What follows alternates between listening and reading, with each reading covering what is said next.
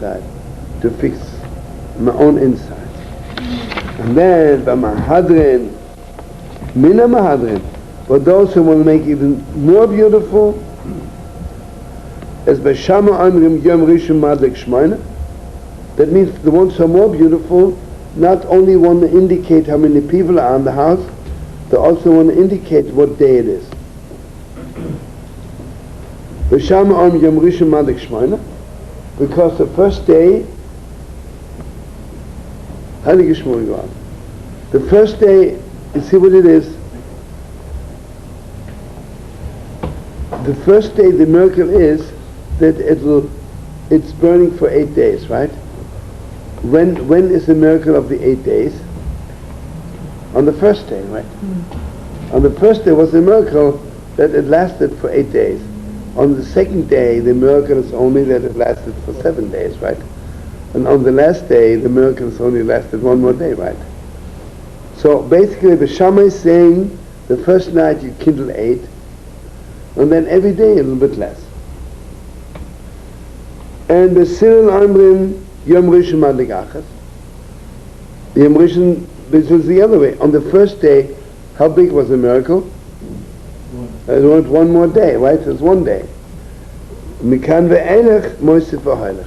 Every day the miracle is bigger, right? On the first day it lasted 1 more day, so you kindle 1 candle. On the second day, it's a bigger miracle, right? It lasted 2 days. So even if you wouldn't go any further, it's already something very deep. But here comes the Gemara. Oma Ole, Plege Boatchem Oa. Ole says 2 Amaroi, Amarobin.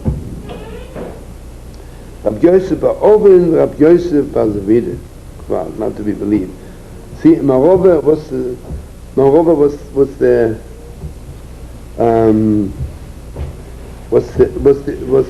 yeshiva of the West. Obviously, they had the East Yeshiva and the West Yeshiva. So here it comes. Chad Omar Tamid B'Shameh K'neged Yom HaNechnosin V'Tamid B'Sir K'neged Yom HaYotzim. Let's look at the Rashi. K'neged Yom HaNechnosin K'neged Hasidim Lobai. B'Shameh says, I celebrate that the light of Chanukah is killing and waiting, it's lasting 8 days, and I know now that it will last for 8 days. So the miracle of the first day is a miracle of 8 days, and the second day the miracle is 7 days. And Basil says no, we are celebrating that it lasted. So the first day I celebrate that it lasted 1 day, and the second day I celebrate it lasted 2 days. Okay, we'll get into it in a second. Let's first just cover the ground. V'chat Omer, the other Amaro, is something else. Tamid b'Shamai k'neged Porah HaChak, v'tamid b'Sil Ma'amar Kodesh v'Marim. What does it mean?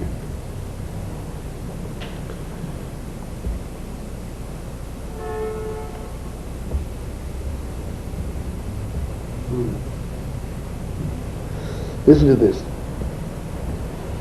Everybody knows that Chanukah is the end of Chanukah. Chanukah is the end of Sukkot.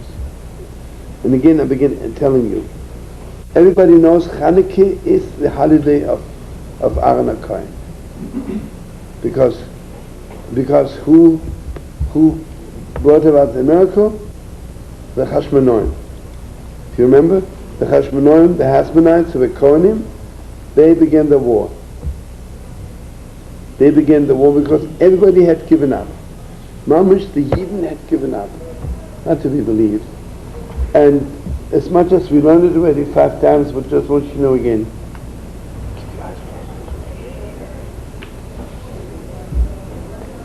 Where did Yehuda Maccabi get his army? Could be Mamish today, it's not to be believed. Okay, all the Yidden given up, and they said you cannot start up with the Greeks. They have an army of 400,000 soldiers. We have no army, we have no weapons. Yeah? The keys upstairs. What? The keys upstairs, I'll lock it up. Ah. I think it's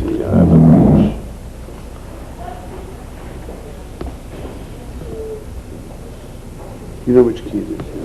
Okay. Okay.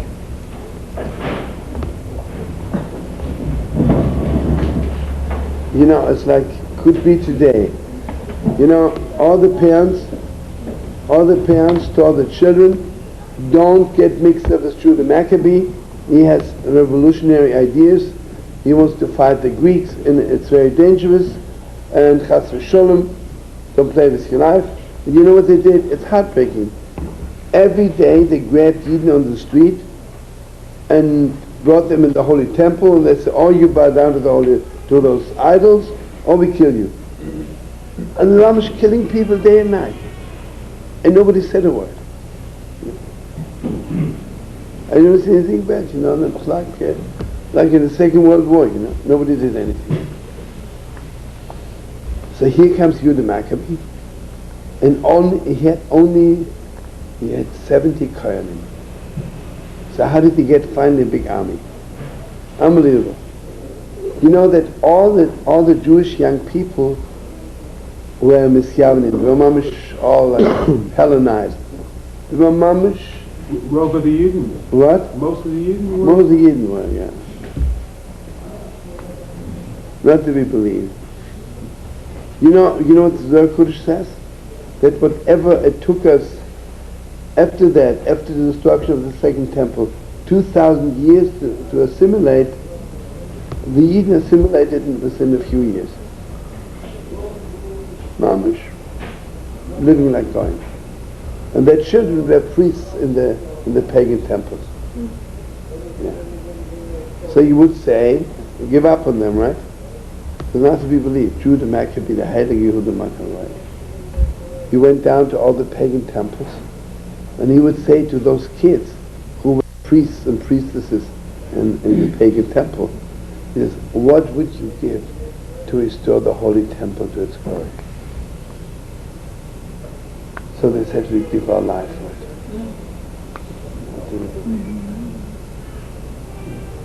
You see, they were worshipping in pagan temples because nothing happened in the holy temple. There was nothing happening anymore. Right? You got to do something. You know? Almost like today, you know. You ask a little non-religious kid, why aren't you from? He says, where should I go, right? Nothing happening for me, right? So Judah Maccabee, Mamish, gathered all those kids, thousands. And they were the greatest, right? The greatest. You know, according to one medrash, this coming Shabbos, when Yitzchak saw Yaakov, and Yaakov walked in with the garments of Esav. Right? And it says, "V'yor as reach v'godav," and he smelled the fragrance of his garments. So the world says he smelled the fragrance of Esav's garments, but obviously it's more than that. The Gemara says that he smelled all the people who were rebelling against God and realized that inside Gevalt they're holy. So the Medrash says that he smelled the army of Judah Maccabee. Because all those kids who were officially against God, right? All you have to say is give them one word, right? And like, give out one word. Okay, so anyway, if you remember, we're in the middle of learning a lesson. I was interrupted. Give out you know that every Yom Tov has a whole Masechta, whole tractate. Rosh Hashanah, Megillah, Purim, Sukkot. Channukah has nothing in the Mishnah, and the Gemara only 2 pages. So first of all, which is beyond us, you know, Rebbe, who compiled the Mishnah, was from the children of David HaMelech. And he was angry at the Maccabees that they took the kingdom away from the children of David. And sad enough, the Hashmonaim, sad enough, the kingdom didn't last. I'm sorry, what? What about the Mishnah in Barakama? And what? Mishnah in Barakama with the Okay, so I've mentioned it one time. David is like a Val, he's on top of everything. But he didn't give, just, Min Rabbi Yehuda, the Val. David is a Rebbe, mamish. You can say Torah then, that's all. Wow, you're the Rebbe.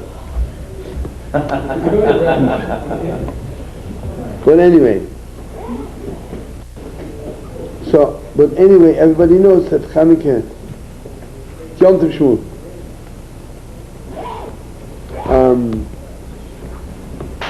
Aaron HaKohen walked into the Holy of Holiest, but anyway, his going into the Holy of Holiest, came down.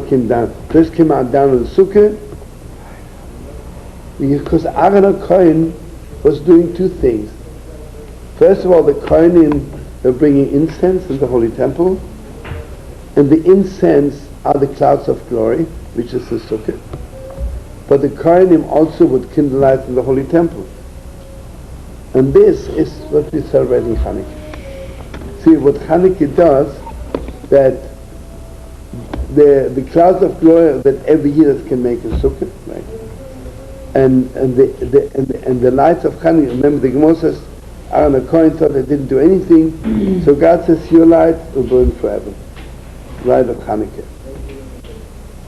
And also has to be clear to you, Chanukah, when a Yid kindles lights, Chanukah, you are mamish like a high priest, and mamish here in Yerushalayim, and your house is a holy temple. Remember, I was learning with you, all the rabbis say the same thing. How come we lasted so long without the holy temple? And also, how come we are still missing it so much? When you don't see something for 2,000 years, you forget. It's because once a year, I'm mamish at the Holy Temple. And once a year, I see the light of the Beis HaMikdash. So I could never forget how the Beis HaMikdash looked like.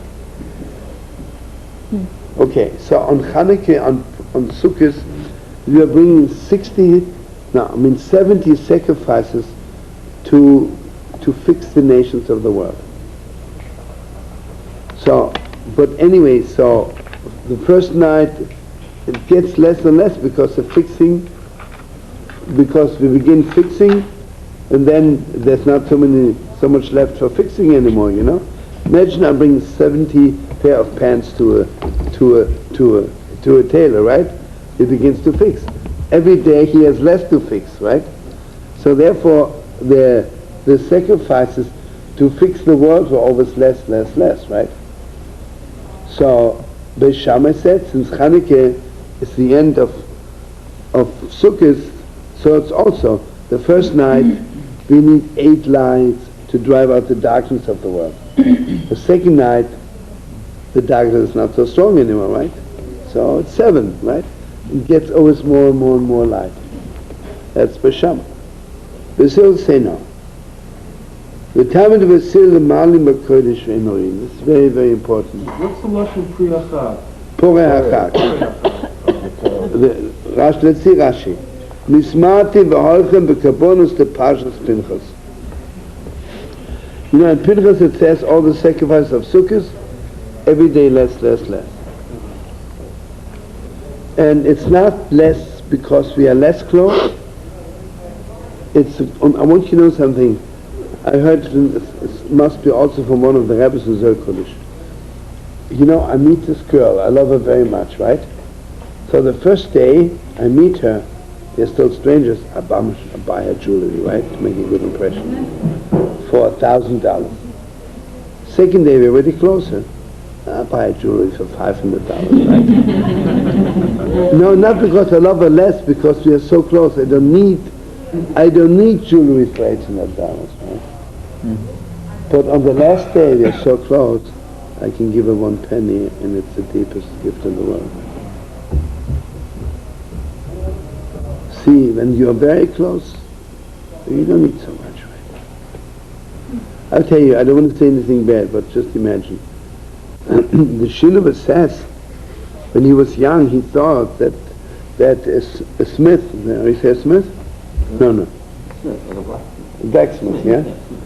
Is the richest man in the world because he makes so much noise and he's sweating, working so hard. So most probably he's the richest man in the world. In a jeweler, walks around with a suitcase, must be the biggest schlepper. Then he found out that the less noise you make, the more richer you are. You know what Jesus says? He said it, the Heilige Channukah. He said about all the Rebbes, some Rebbes when they down.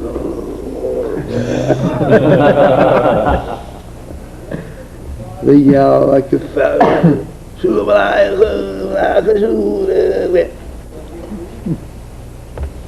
In Rishon, you didn't hear anything. Didn't even shock on it. Nothing. Remember I told you that the Heilige Steffi Nefshe, son of the Rishner, came to a city and there were thousands of people, so they said, in the winter we daven in the little shul, the big shul we can't heat, it's too big. But there's all the chassidim, so we have to go to the big shul, so we have to daven fast because it's gefellach cold. Okay, Steffi Nefshe. He goes into the shul and he davens, he said, Mamash is sat on his seat and Rishner Tamu, sit there 5 hours. And then when he left, Mamash was an ocean of tears and sweat around there, remember? Couldn't believe it. Didn't see anything. What do we know? Okay, so Basil says, this is mamash very, very deep also. Basil says maybe on Sukkot we have to reduce the darkness. But the way we are fixing our neshamas on Channukah is not by getting rid of the darkness, by us becoming stronger. Because one of the deepest stories of all the Rebbes is, unless you become a bigger Jew every day, you're already falling down. Spiritually, you cannot stand on one place. Or you're getting better, or you're walking down. You see, so Hillel says, Ma'alim b'kodesh, everything holy has to become sweet. You have to go up, right? Ve'enu yin.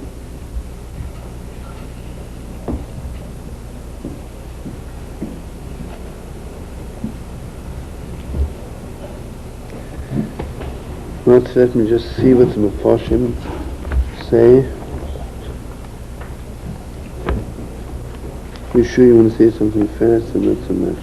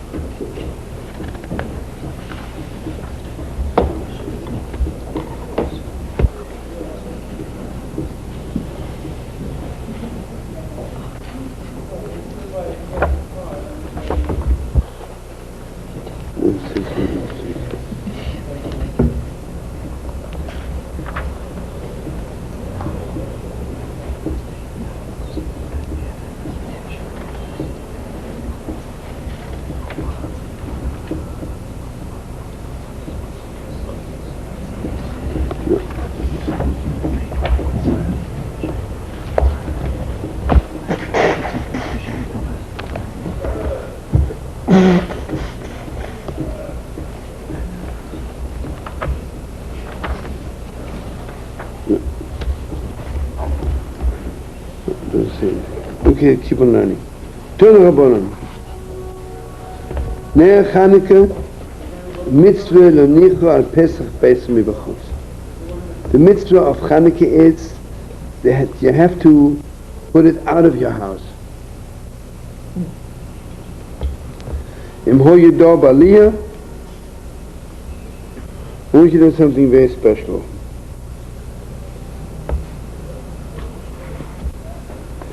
This mom is the deepest. How do I know if my knowledge is full of light or it's dark? You know, what's the difference in a simulated Jew and a real geek, you know? What's an assimilated Jew? He also knows he should keep Shabbos. He also knows he should wear yarmulke. But he's afraid of the world, right? He's afraid of the world, right? Yeah. Why is he afraid of the world? Because his knowledge is dark. Listen to me, I'm telling you, let's put it this way. 20 anti-Semites are standing on the corner and they yell, Hashem, the first Jew we see we want to kill. Why, how come I go up there and I'm not afraid? Because my knowledge that God is my shepherd, that God is so strong, shining into me so much, I don't give a damn, right? But it has to be shining like crazy, right? I want you to remember, without getting involved now, I told you about his name, Matis Gelman, Ger Chossid, who had underground yeshivas in the Warsaw Ghetto and in the Krakow Ghetto. And he was the Yorker of Sfas Emes. You got to say the Chaim. So Matis says, I'm going in there. You know where the yeshiva was? Under the headquarters of the Nazis. Because they are not going to look for yeshivas in their cellar, right? It was a little bit of a bombed out house. It's not to be, nobody can fathom this kind of not fear, right? And he says, I know where they keep the beer, I'll try to get a few bottles. Everybody got frightened, they Matis, what's going on there? And you know, in the Warsaw Ghetto was forbidden to have a beard in Paris, and he had long pale beard. And he always had like a towel around his face, in case someone meets him, they say, have a toothache, you know, like that. I have to tell you something, remind me to come back. You know, Matis, it's a long story. You know, the Friedrich Ger Rebbe in Emes, the longest he would talk to people, one individual, was 5 minutes. It was really, because he would say just words to people. Thousands of people were going to say one word here, one word there. With Matis, he would lock himself in a room for hours. How old do you think Matis was during the war? 22, 23. And he only began learning when he was 17 because he came from a completely assimilated family. It's a long, long story. But one of his chavre, anybody who was in his yeshiva had to make a vow. That first of all, they will not be afraid of the Nazis. He says, for us, they don't exist. Ein od milvado. Only God exists. The rest don't exist. If God forbid you are caught, do everything not to listen to them, you know. Anything in the world. They're not our masters.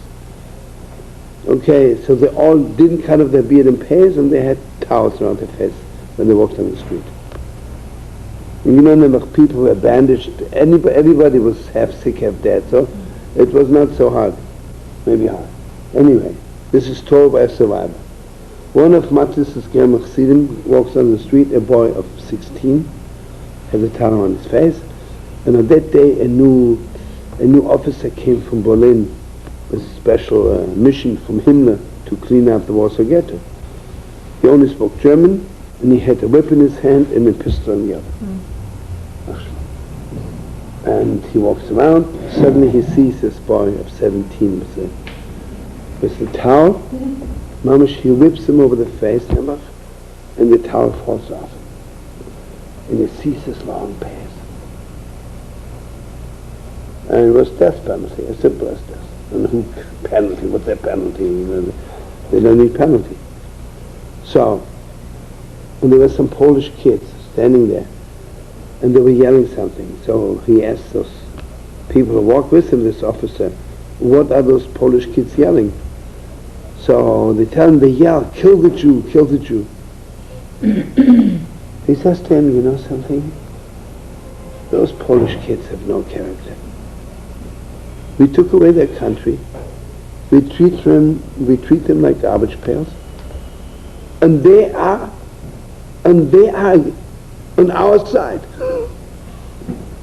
He says, you know, the Jews, they have so much character. The Jews have so much pride. Because you know something, if the Führer wouldn't have told me to hate the Jews, I would convert. Must have been maybe, you know, and he walked away. You see what it is?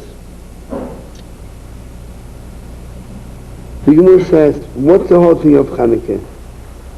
You have to put it out on the street. When you see that the Greeks are becoming so chutzpahdik, that they want to take over the world, then you have to put your light out on the street. But then the Gemara says, if he is living on the top floor,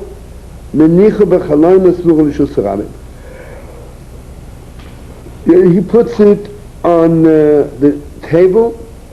No, then he has to put it, there we know. Put it on the window which is close to the street.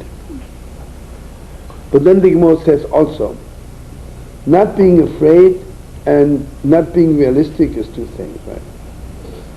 B'shas ha'sekona, when it's mamish ha'sekona, right? That's true. Mamish.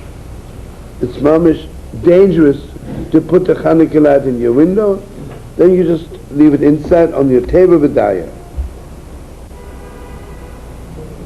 And Borch, you want to tell them over fast the Torah from Rav Kook, what he says in a nutshell?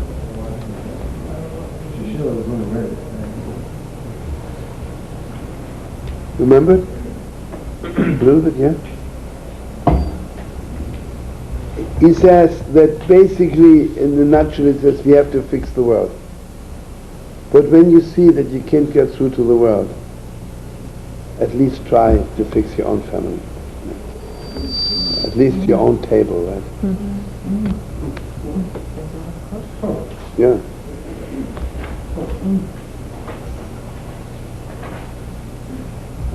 Because it's also hard. You know that my Zayde was rabbi in Lübeck. My Zayde was one of the greatest, not only in Germany. My Zayde had mamish, hey brothers, my Zayde, come sit down somewhere.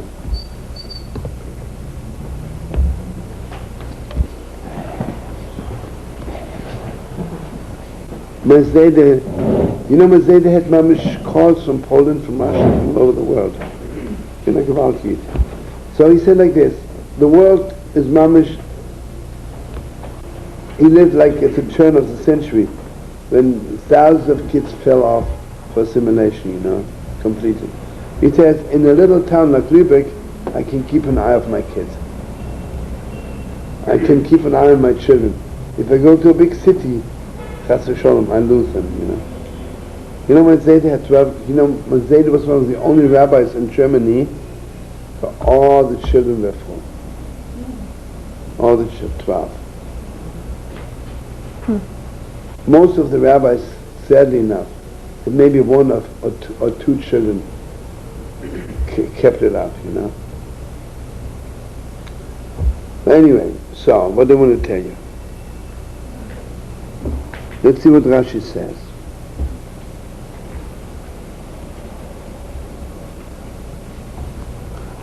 Rashi says, what is called a dangerous? Listen to this. There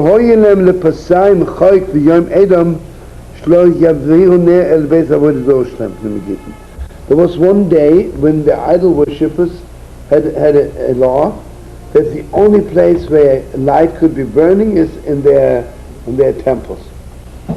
And anybody who puts on the light in another place will be mamish God forbid killed. I want to throw in this very important. Do you know that in the time of the Maral, there was a new law in the Austrian government that you are not permitted to make noise by Roman. Mamish was the law, mamish death penalty to be shot if you make noise by Roman. This is told the story. So by the Heilige Maral, right? Suddenly in the middle of reading the Megillah, the door opened and the Yidden walked in, and you could see it's not from that generation. It looks like from another world, right? And the synagogue was, remember, soldiers and police was there, and when it comes to Humam, Mamish says he again banging his foot. So the whole show was banging with him, and the soldiers didn't say anything. And then after the Megillah disappeared. So the Maral says that Mamish Mordechai Tzaddik came down specially to give them the strength not to be afraid. Anyway, Umarova, this is very important to know. Tzorech ne'acher z'shtam sh'ayra. Remember, we're learning that you're not permitted to use the Channukah light for your own purposes. Anybody remembered why? Because you might forget, you might not realize that that it's how long it's lasting for, and it has to last for half an hour. So no, Amy has a cue like sugar, but yeah, it's very sweet what you say. But you're mixing up the oil. Oh, the oil. Yeah. Oh, okay. Yeah. But why are you not permitted to use it for your own purposes? Because it's dedicated to God. And yeah, because because it is in memory of the light in the Holy Temple, and the light in the Holy Temple. So yeah, and the Ran puts one word here, the Ran puts one more word into it. Not only it's because of the Holy Temple. He says, you see what it is? It's mamish so deep. He says that this light is mamish a miracle. And a miracle is not meant for your own purposes. It's so deep. It's not only in memory of the light all year long in the Holy Temple, although it's also true, but it's mamish in memory of that light in the Holy Temple which lasted for a week, right? And this is mamish a miracle. You don't take a light of miracle and read the Reader's Digest, holding it. Oh, let me get a phone book here, the yellow pages, and look up how I can find out about the stock market. So he says, one more very, very important thing, also what the Rebbe said.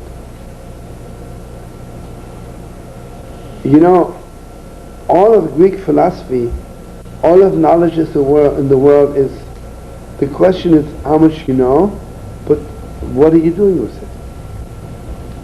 it? I'm not learning psychology just to know psychology. I want to be a psychologist, right? I'm studying medicine to be a doctor. What are you studying Torah for? Not because I want to do something with it. Because the Yid is learning Torah, right? I'm not learning, it's not for any purpose. The purpose is the learning itself, right? This is so deep, right? In yeshiva, what's the difference between, I don't want to say anything bad, the conservative or reform when you go to study there. Now it's really getting better because Baruch Hashem, everybody's getting back to Yiddishkeit. Can you imagine someone who's going to Cincinnati just to learn, not because to be a rabbi? What are you doing here, right? In yeshiva? Are you learning yeshiva to be a rabbi? No, I'm learning Torah, right? And then you learn Pesach. What? For reward in the world to come. Even that, yeah, I know, but it's already higher, Mm-hmm. But basically, I'm learning because I want to learn, right? Yeah. But okay, lately, you see what it is. It's not true anymore. Because Baruch Hashem, the world is growing up. People are mamish. People beginning to learn Torah because they want to learn Torah, right? This is really a sign how strong the Torah is getting. In the last generations, Unbelievable. And this goes for everyone. Reform, conservative, like everywhere. I have to share with you something. I mentioned Shabbos, but maybe some people weren't here. But Tzvi wasn't here Shabbos. I mentioned it. This was told by a survivor. You know how little the portions were in Auschwitz? They gave them a stale soup and like a little piece of bread, also stale and smelling so bad that you can vomit over it. But one way or the other you survive. Imagine if you give half of it to somebody else, you're definitely not surviving. So one day a Yid comes to him. He says, I want you to know I'm a completely assimilated Jew. And I never knew what the Jew is all about. But now that I'm here in Auschwitz, I see how strong the Yidden are. And I realize the Yidden are so strong because of the Torah. He says, I know I have only a few more days to go because my name is coming up soon. So at least he says, the last few days of my life, I want to learn Torah. He says, I'm ready to give you half of my portion every day. You should teach me half a day at night, half an hour at night. Well,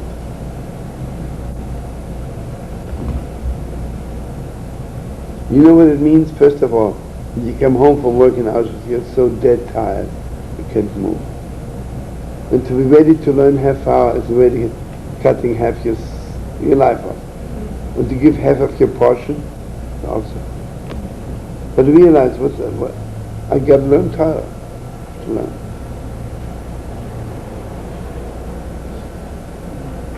I don't know if I told you, I think I did on Torah. Mama's sweet, keep your eyes closed here. Mama's tired, so we'll read it later on. You need strength for your chassan, so keep your eyes closed.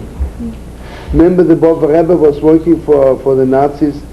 He was dressed like a Polish officer, and he was working in the office of this headquarters of the Nazis, supervising the concentration camps.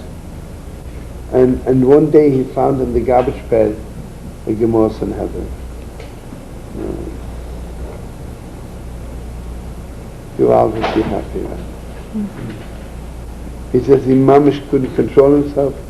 He fell to the ground, mamish, on the Masech Sanhedrin, mamish, and cried his eyes out. He hadn't seen the Gemara for so long.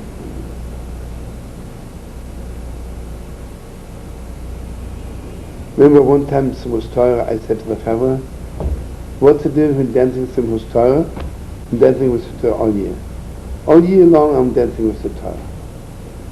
On Simchas Torah, God gives me a taste of the Torah out of simcha, not out of pain, like the Bob Rebbe felt in the Sodom Sech Sanhedrin and the garbage bag. That's how much simcha. Because also Simchas Torah is not normal, right? If you're dancing on a normal, it's a Torah song, okay, you dance for now. What's going on there? So he says, you're not permitted to use this light for your own purpose. The Ikemedura, let's talk. If there's a big torch, more than a fire, you don't have to get another light.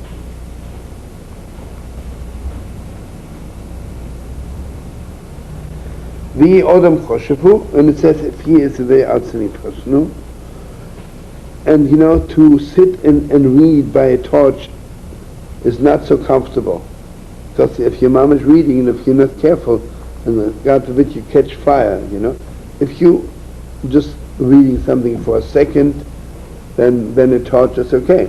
But to sit down for hours learning by a torch, mama's the fire is so strong, right? It's dangerous. So he says, the Odom Choshev, if he is mamash, a person who's learning all the time, then he still needs another light.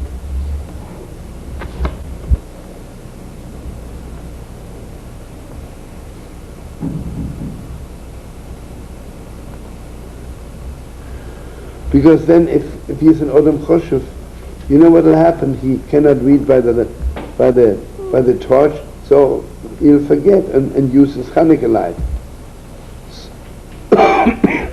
Yeah. Why Odom Choshev? Well, why not everybody can't read by the light? No, because most people, I don't know, let me look it up, but basically Odom Choshev is someone who's mom sitting and learning all the time. Another person,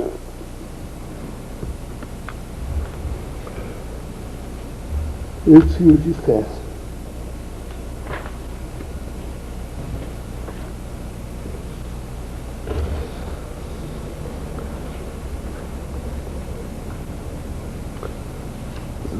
Because the Adam Choshev knows that it's for something else, this extra candle. It's not just not to use the light. The extra candle, the other candle, the Shabbos, has something special in it. So even if he has don't tell me, tell everyone. Yeah. Tell the Chavos.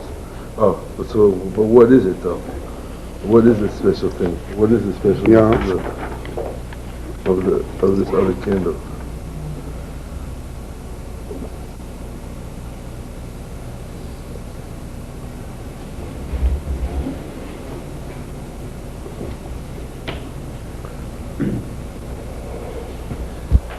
You see, it means officially, right, if you have the light on, you don't need the shamas.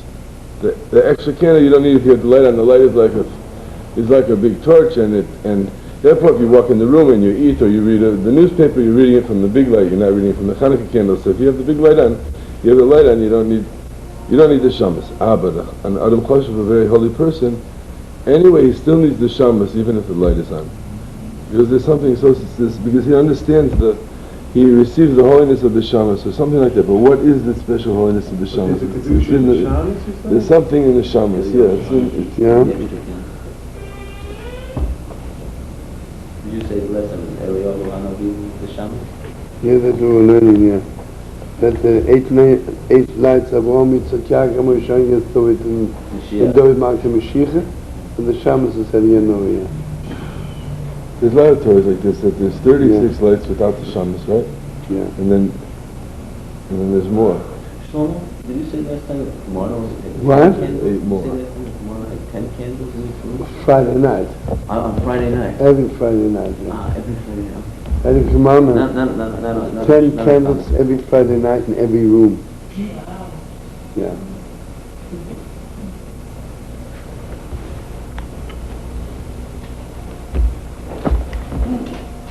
So let's learn more.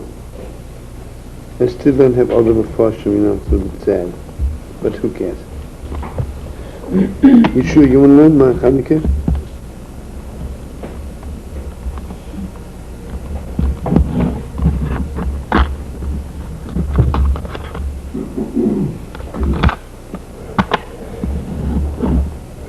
I now understand what you say. An Adam Choshev is someone who will not learn by a torch. So people would say that the light is there to learn, because he's a big man and he doesn't use it, the torch. What? Yes, I didn't see the Rashi. But so therefore he needs one more candle, so then people will know that this candle is mamish for the mitzvah.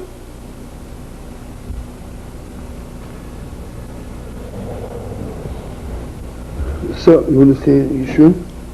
Well, not so much? Wait, to translate the Gemara? Yeah? Say the Gemara? Okay, I'll just say a little bit. Use. My Channukah. My Channukah. It's all in the words My Channukah. Everyone knows those words. My Channukah. What's Channukah? The Tanna Rabbanan, because the Rabbanan say, the rabbis teach, B'kofhe b'Kislev Yomi de Channukah Timnaya Inen. From the 25th day of Kislev, the days of Channukah are 8. The misput b'horn, you don't eulogize on them. Someone dies, because it's those happy days. And the lo lisanas b'horn, and you can't fast on them. Shekishenichnasu yivonim lehechal timu kol hashmonim shebehechal. When the Greeks went into the holy temple, they defiled all the oils that were in the sanctuary. And so after the Yehuda Maccabee and the whole story, and the Greeks were driven out, or the Greeks left, they searched and only found one little jar of oil. It was sitting, and it also says underground, sitting with the seal of the high priest, of the Kohen Gadol. And there was not enough oil except to burn for one day. There was a miracle in this oil.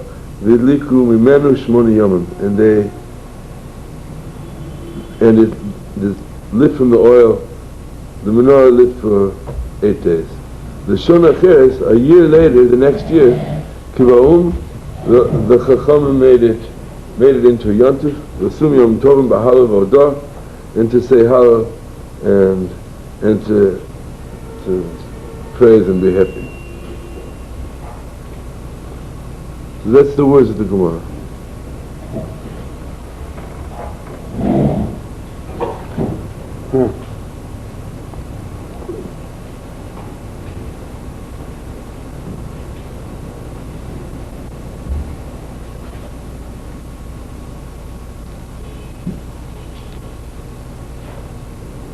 Remember, I have to give you over a Torah, which is really awesome.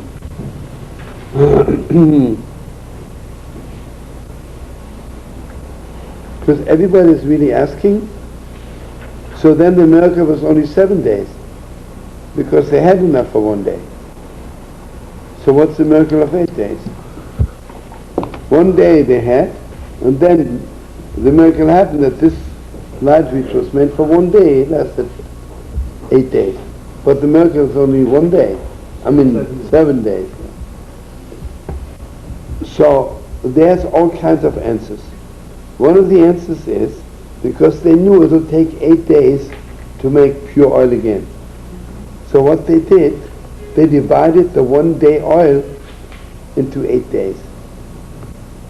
And basically it was very little, it was not enough for every day. It was just a little bit, could maybe burn an hour or two. And this little oil which should last an hour or two, lasted all day. So that means that the miracle was really 8 days. This is one of the two, right? Did the Kohen Gadol make a bracha on, did they make a bracha on any about it in the Beis Mikdash? Like on the lighting or on Why shouldn't you make La'atik there? Hadik Nemarovi. I tell you, you know what is possible? I'm not sure, but I start thinking. You see that in the Beis HaMikdash, you see, I have to make a bracha because I'm not so high yet, right? When I make a bracha, it lifts me up, right? But the avoid in the Beis HaMikdash was so high, You're mamish in the palace of the king. You don't need the bracha there. instead of tefillah? Yeah, right. I don't know. Bracha is like tefillah. I do mamish in the Khan.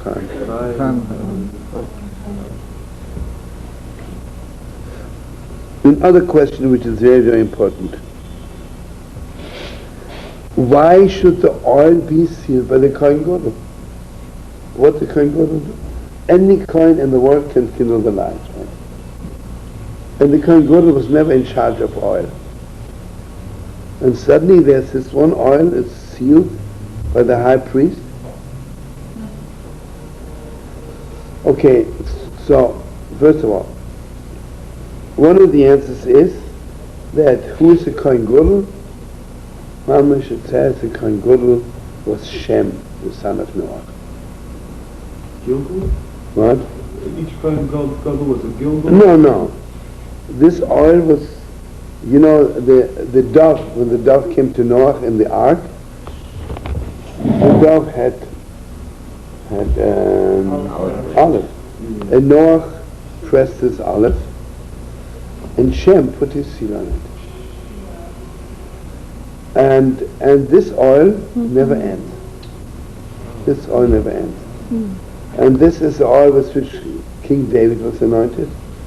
This is the oil with which Aaron HaKohen was anointed. Everybody, it's the everlasting oil. Let me hear something else. Where did the dove find an olive? The whole world was destroyed. But the answer is very simple. That the flood was not in the Holy Land.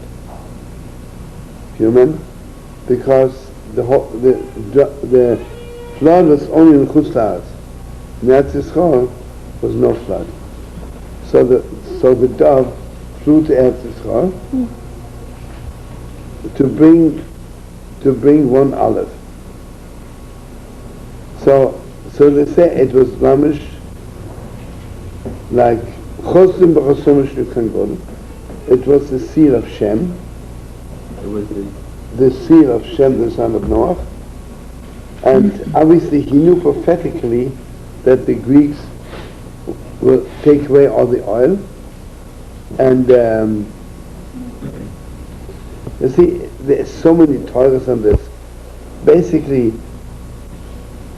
he made it, Aroya Beinir, that the Kohanim in those days, Pinchas, could make himself not to be seen. When he was a spy for Yeshua, he went to Rochov, so Kolev was hiding under the straw, and Pinchas was just standing there. And the king comes, with his soldiers, and he was standing next to them, but they couldn't see him. Because a Kohen could make himself not seen. Come on, Yeshua is a Kohen. What can argue? Who do we have here? Baruch or here? Two high priests, yeah. Oh, David is wow, the Rabbi. But okay, I don't know, And then somebody else has a different Torah.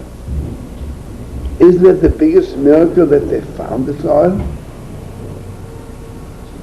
So the first night, the miracle is that they found the oil. And the seven nights, the miracle is that it was lasting. But then there's a Gewalt Torah. Come and everything is okay. Kids are tired. Kids are tired, hungry, and they need to go.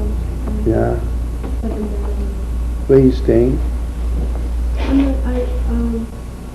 I think I'm going to stay at my sister's church. And when you said something about Rav Kook, I want to talk about it. I'm sorry, what? You said about Rav Kook about, if you can't fix the world, then you should fix your family. Yeah. You are so cute, Helen. Helen, you're the best. If you can't fix your family, fix yourself. Yeah. What? I'm very bad scene. Anyway, Helen, you're the cutest. Anyway, I want you to know this is a Torah which the holy Alexander said the last Channukah in the Warsaw Ghetto before never he was never shot. Was Alexander shot or he was sent to Auschwitz? I don't know, whatever it is. So he said like this. So the Chashmonoim, and everybody also is asking, why don't we celebrate the war? What a miracle, right? I mean, that the candles lasting 8 days is a joke in comparison to the miracle of 70 priests driving out an army without weapons of 500,000 Greeks. It's a joke. You say Allah Muhammad. What? You say Allah Muhammad. Yeah, but still the whole energy goes into Chanukah lights. So he says a Gewalt Torah that the Kohanim Mamish gave their life, right? I want you to know this is unbelievable. This is one of the biggest Torahs, truth of the word, from the Heilige B'nai Yisrael. It is Rabbi Shlomo let me kindle the Chanukah lights with the same Mesiras Nefesh and Mamish dedication, with the same dedication as the Chashmonoim went into the war. They were ready to die for God 1,000,000 times. So he says, can you imagine Nebat Chashmonoim fighting for the Holy Temple, and then they come to the Holy Temple, and there's only for one night. You know what that means? It won't last either. The light won't last. Here Mamish, and Nebuch Yehuda Maki himself, Nebuch was like killed in the war, right? And they all come back, and then like God gives them a sign, it won't last either. He says, can you imagine how much they cried all night long? Let this light be here forever. You see what that means? That the war was that it should last forever, right? So Chanukah, when we celebrate that the light is for 8 days, and we celebrate the war on the line everything that Mamish Chashmonoim, that they paved the way for us to be forever. And I want you to know something, that we are lasting after the destruction of the second temple. That we are lasting till Mashiach is coming is only because of the light of the Chashmonoim. You see, the night of Channukah is not like the light of the second temple. The light of Channukah is almost like the light of the third temple, which lasts forever. So the Heilige Alexander Rebbe says, Mamash, can you imagine how much they were crying that this light should last forever? So we celebrate 8 days. I mean, I heard from someone else, was he crying? I remember. He made also Getter, looks like all the Yidden will be killed. Mamash Gewalt, the light should run forever. The Alexander. The last Alexander, yeah. Do you know how many times I read the story and I can never remember it? Like, I read this story so many times. I never remember. Which one, my time? Okay, this is what happened from the very end. Nobody knows, yeah. Although, you know, the last Alexander, when his father passed away, so he said to Chassidim, I can't be the Rebbe because I'm very, very nearsighted, or when you give me those kritlach to read, I can't read. So his son says to him, is it really true that you're nearsighted? He says, if you promise not to tell her the truth. He said, the truth is, I can see from one corner of the world to the other.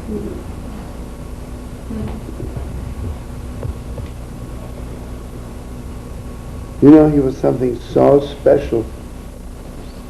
You know, he had mamish 10 false passports. He could have left anytime he wanted to.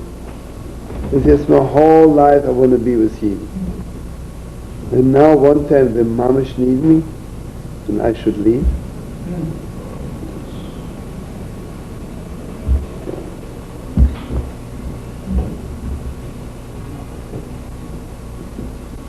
Did I tell you? You know, in Ger, everybody knows they're great scholars. Alexander had the name like it was more hidden. Simple Yidden. So Reb Chaim Heller told that he came to Alexander and he started talking to the people there, and he realized this one knows Shas Bahar, this one knows Yerushalmi Bahar, this one knows Zohar Kodesh Bahar, the giants. So he says to Alexander Rebbe, do you have a convention here of rabbis? Something? So he says, rabbis, this one is a shoemaker, this one is a water carrier, this one is a schlepper, never had 1 meal in his life, you know. But they were all like Mamashid. Yeah. Okay, you sure keep on going. A few more minutes. Non-Hossam. No, some more things that you don't have my words Can't read it either. Yeah. Get to Yotze. I tell you what it is. It means a person's going by and he has some kind of a donkey or something, and it has some straw on it. He has straw on his handle, donkey, kind of candle burning there, and it burns his straw. Right? A candle by the store. Then if it's any other day of the year, the person in the store has to pay for the straw on the back of the whatever was burned by the candle. If it's not Channukah, the person who puts the candle is responsible. If it is Channukah, so it's a mitzvah, and the other person should have been careful. Right? That's what it is. Yeah, yeah. It's not a mitzvah to burn, but it's a straw in the wagon. ונכנס הפשטון לתוך החונוס ודולקו בנר של חנבוני והדליק הסבירו בעל הגמל חי וניח חנבוני סנר בחוץ חנבוני חי ויהוד אומר בנר חנוכה פוטר. Yeah. So tell them what's all about. So if the person in the store has a candle and somebody else passing by, and the candle burns this other person's things, if the candle's inside the store, he's not responsible for what passed by on the outside and got burned. Say something stuck in the window or something. If the candle was outside, he is responsible, except on Channukah. On Channukah, he has permission to put the candle outside. On Mitzvah, he has to put the candle outside. So you have to be careful if you're walking around with a straw on Channukah, because no one's going to pay. It's the only time Chanukah is in the Mishnah. Unbelievable, yeah. Keep it going. Omer Rabbeinu. Omer Rabbeinu, Shum de Rov, Mishnei de Rov. Zos Omer is ne Chanukah mitzvah lanicha b'toch hasora. So it means, the meaning to say from this Mishnah we learn that the mitzvah of Chanukah is, put it like, kind of like near the floor, kind of, b'toch hasora, like not too high. Right? Say 10 tefachim is like up to your waist or something, less than your waist, a little bit, something like that. Right? Yeah. Around there is just the best place to put the Chanukah candles is there.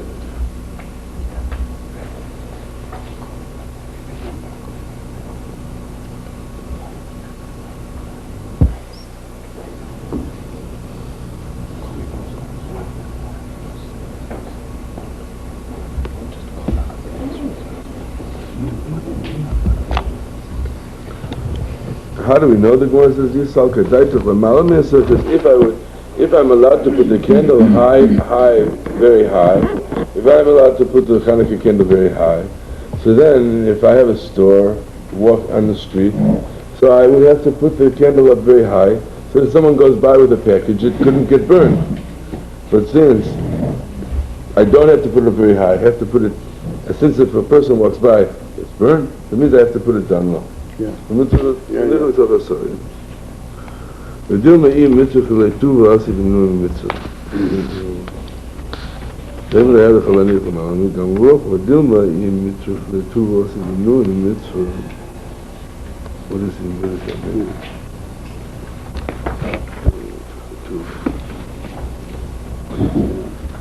Maybe the reason. What does it mean? What does this v'dilma mean? What? What does this v'dilma mean? That he doesn't have to put it up so high? V'dilma. No, the Gemara says maybe if you have to put it up too high, he won't. Have to. Yeah, he won't do it at all. So that's why it's a The mitzvah. Chachomim didn't force him to do it high. All right, that's not what we. That's not the mitzvah. Lanicha b'toch hasora. The best place is b'toch hasora. Because if you would say you can also put it higher, then why doesn't the Chachomim tell him if you have a store on the street, you have to put it higher? The Gemara says no. If you tell him a person who has a store on Rosh Hashanah, you have to put it on higher, he won't do it. But that means that it's higher is better. You can do it higher also. But that's not what the Gemara says. It says mitzvah lanicha b'toch hasora. Yeah, because if you could have it higher also, why didn't you tell him you have to make it higher in order to prevent a fire? The Gemara says no. The truth is you can put it higher also. But if you tell him on the street you have to put it on higher, he won't do it. So therefore the Chacham didn't say anything. Why don't they want to put something around it? I mean, like you have to put something around your roof. Why don't you put something around your roof? Again, obviously he doesn't have that much time, you know. In those days they didn't have like to us, you go to a hardware store and you get something to put around. You have to make it as you can. It takes too much time. So the meaning is the sukkah. That's the meaning for the taking people like that. Yeah, it says that everywhere. Because the meaning because she was going to connect with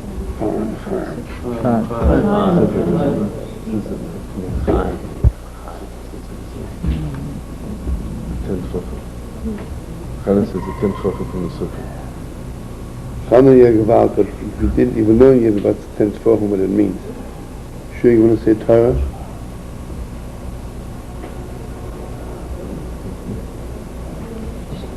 But it's the only thing that doesn't make sense. 4707. And the other number 724. 7153. Are you learning? The best or second best? Yeah. Shlomo, wouldn't it be good if he was learning the Rebbe and doing it? Yeah. So give me a number to call you home to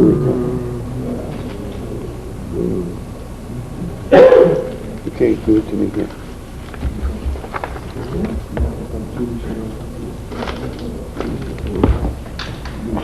Here, take it. That's okay. What again? Maybe you get the best, but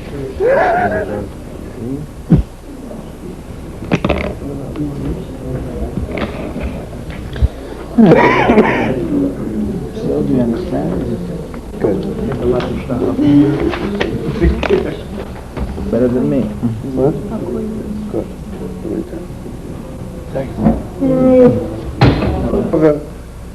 He did miracles for us, crossing the Red Sea, and he should do it again for us.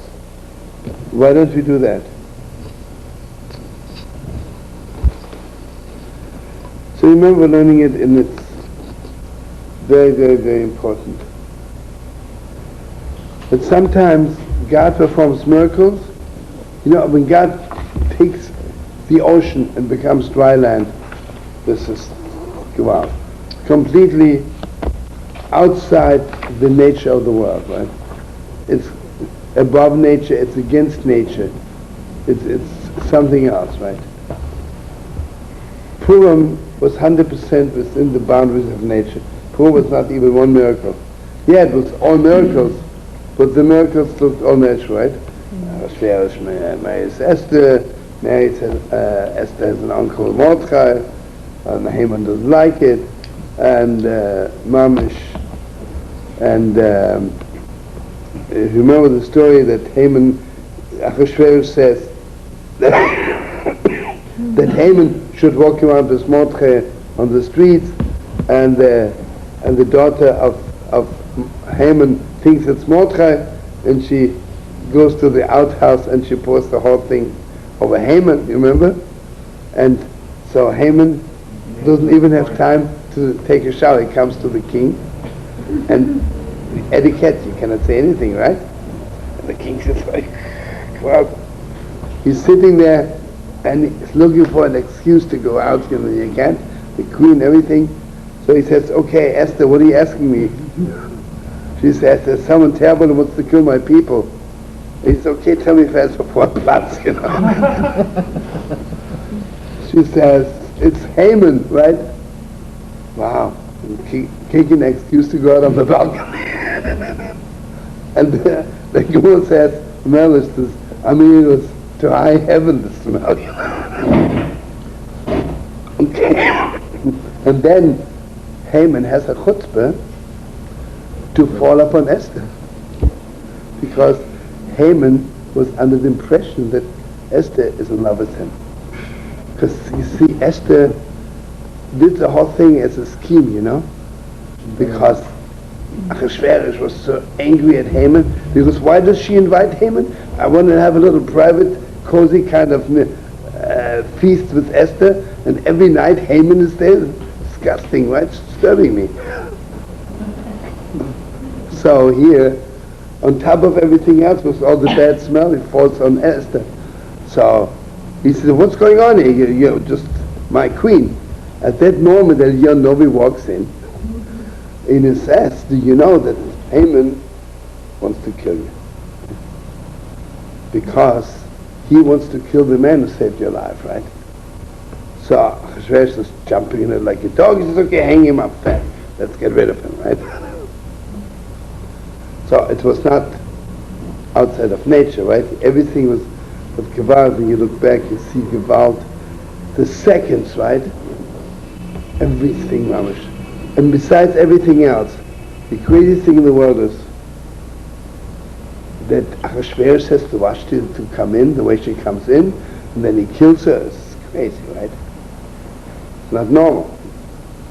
But everything, mamish, you know, to make place for Esther, and everything else. It was okay. And even Channukah, there was all miracles, right? How can 70 Kohanim drive out a big army? But we were still within nature. So they had swords, they had arrows, and they had a war. And even this one night who lasted for 8 days, you don't see anything, right? It was burning, right? It was burning, right? So he says, what is the greatest thing? What is the greatest thing for us Jews? What do we want to do? We want to bring into the natural world, mamish, the supernatural, the beyond nature. Mamish should be clear to us that there is no nature. Right? Because all this which was really beyond nature was only for this second. Right? It was not connected to nature enough to change nature. But Chanukah and Purim was so close within the boundaries of nature that Chanukah mamish changes nature. That suddenly it's clear to us that there is no nature, mamish. So listen to this. As Yidden is Rishus HaYochid, a private domain, right? A Yid is a private domain with God. The street is nature, the way everything is, right? So on Chanukah we take the light from the private domain, my private knowledge of God. I'll tell you something very, very deep. The way I know, the way every Yid knows there is one God. I'm going to talk about the God, nature, that the morning and then it's night. The way I know God, I know all the deepest miracles God is doing for me. You ask me, how do you know there's one God? I give out the miracles God did for me.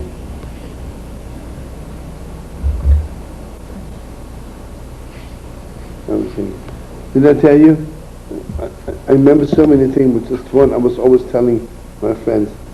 When the Shomon was 3 years old and had a little vegele, I'm coming down from 88 to 87 to cross the street. And suddenly, 1 second before I cross the street, one mamish nudnik, the biggest, he never could live anymore, he was in shul, and he was always, whenever he saw me, out of craziness, he asked me, what time is it? Never has craziness. He had a big watch, but he would ask me. So Mazla asked, I meet him, and he says, Shlomo, what time is it? Not that my English is so good, but I say, what? And I look at my watch, and I tell him. Then I want to cross the street, and suddenly, mamish, a truck, 150 miles an hour. There was a green light. I could have walked, yeah, but if I would chas v'sholom, 1 split second before being on the street, would have been driven over. Without even thinking, So give a quick, mamish, God puts this dope there. What kind of a miracle is this? This is not a Pesach miracle. It's a Chanukah miracle, or a poor miracle, nothing. God didn't suddenly lift up the truck 2,000 miles up that he shouldn't run me over, and then lower him again. Or God didn't take a cloud and lift me up to the other side of the street. So he says,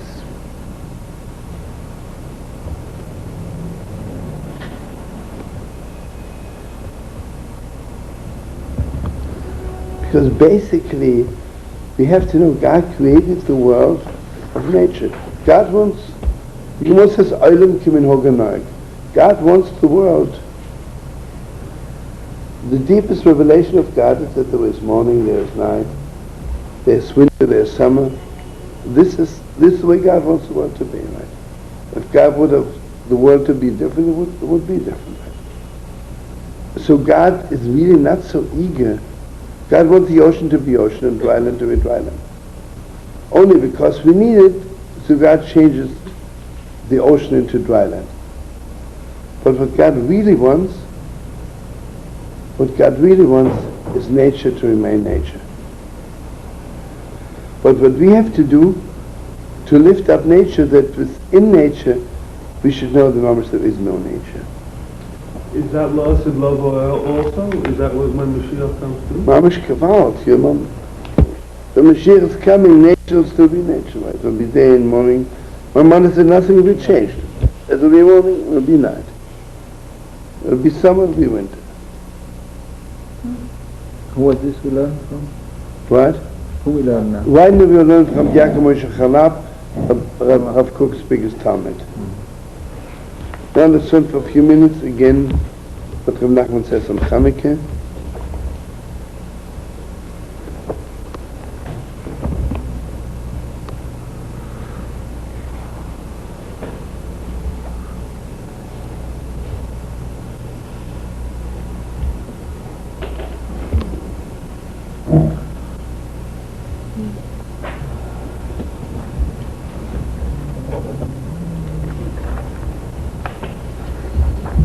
You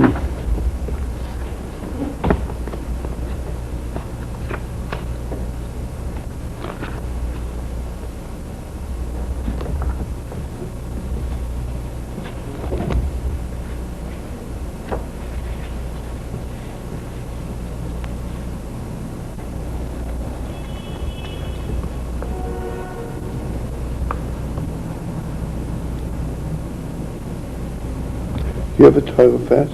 No, but I have a Torah for you. This is on the Shosh Chodesh. Chodesh.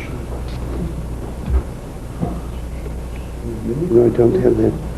The Oistesha in Bes Yaakov HaKloli, that's a Gevar Torah on Kislev. So get it. Where is it? You have it? You know where it is? You don't No, it'll take too long. Don't look for this Gevar tea. This is one of the famous Torahs from Nachman. What is the deepest darkness which hurts the most? What is the deepest darkness which hurts the most? Let's assume, let's put it this way, I'm in love with two girls. And I mamish don't have the faintest idea which one I should marry, right? It's one kind of darkness, right? But let me assume that I know which one I should marry, but have no idea how to contact her. No idea how To contact her, to do it, right?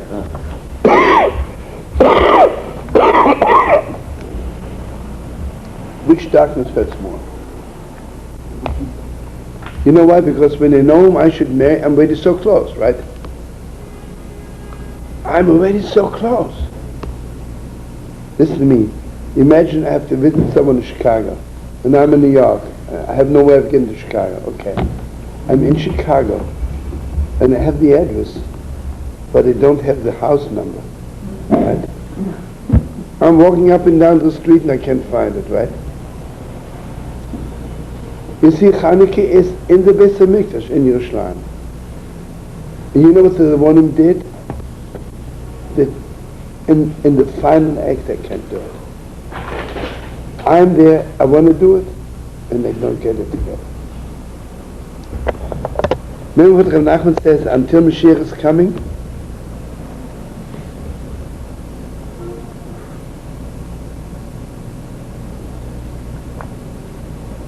We also know what to do. But mamish, how to do it, we don't know. What is the darkness of Channukah? It's at night, right? I'm already in the Beis HaMikdash, I'm in Yerushalayim, but mamish, I don't know how to do it. I don't know how to do it. So then, mamish, the light of Channukah is that mamish, the Rebbeinu gives the Kohanim, the Tzaddikim, what are the Kohanim giving me advice? Listen, it's so deep. What's the difference between a Kohen and the Melech? Melech gives you orders. The Kohen gives you advice. You hear both. So go on, right? A Melech doesn't give you advice, he gives you orders, right? And see, in the Kohanim knew that in the time of the Yevonim, Yidden were not short of orders. But what they were short is of answers. How much advice? Okay, I'm a Yid, I want to do it. How do I do it? How do I get to it?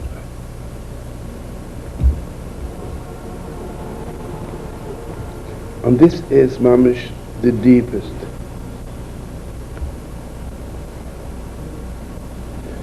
Means in the deepest, darkest night. And everybody knows that Ad shetich l'regel min hashuk, and all the tzaddikim said the same thing. You have to get rid of your habits. This is Quran. Regel comes from the word hergel, right? Advice. Why do I don't, what? You know, the Gemara says, we learned it last time, until the people stop walking on the street. How long can I kindle Chanukah lights? Why can't I not kindle 4 in the morning? Remember, the Torah says, Today you can kill any time because people are on the street all night long. But in former days, people were only in the street maybe an hour after it gets dark. A regel is foot, people walking, and also ashtichle regel means until the habits, all the habits stop. As long as you live by habits, you're deep in the darkness. Because the darkest thing is habits. That's from reviewers. What? Reviewers. Rogil. Yeah.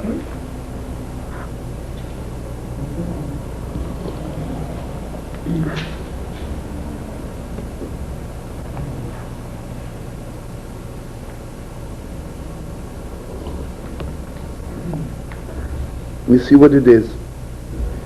Therefore, the Mahadran is everybody needs his own advice.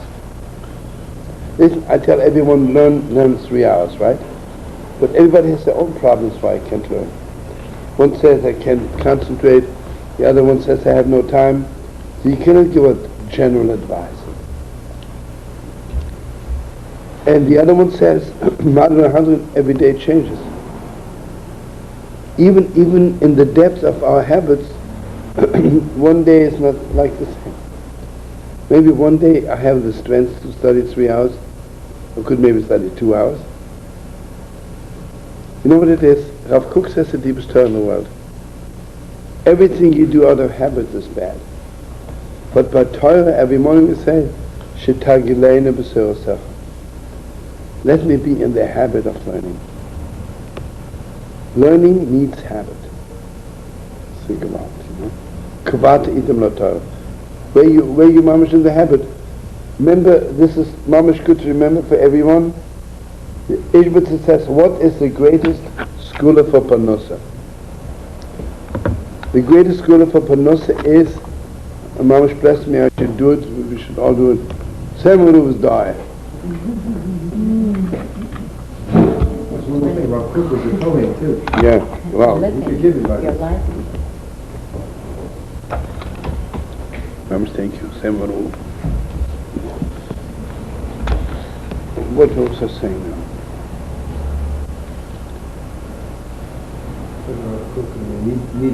Need a habit Yeah, to yeah. study. He says, a habit is the worst thing. If I'm a Jew out of habit, I'm keeping a keeper out of habit at the end. But learning, a habit. You know. Oh, good, Mams, thank you so much. That you should have 1 minute or 2 minutes or 5 minutes a day, but Mams, that minute to learn. I don't care when it is and how long it is. Because it says, Hatrefeine lechem chuki, and chuki shemayim v'oretz.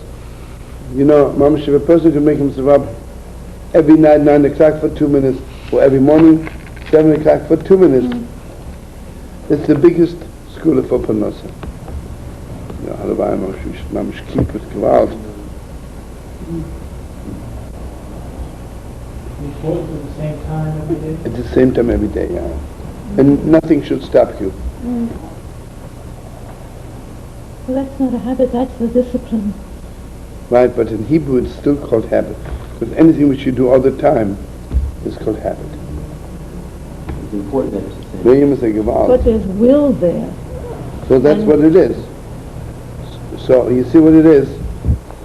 Parnosa is called chayk because basically we have a claim to God. You have to give us parnosa. You created me. Got to feed me, right? So this is like self-understood, right? It means it's clear, right? Within nature. So if you learn also on that level, it has to be learning.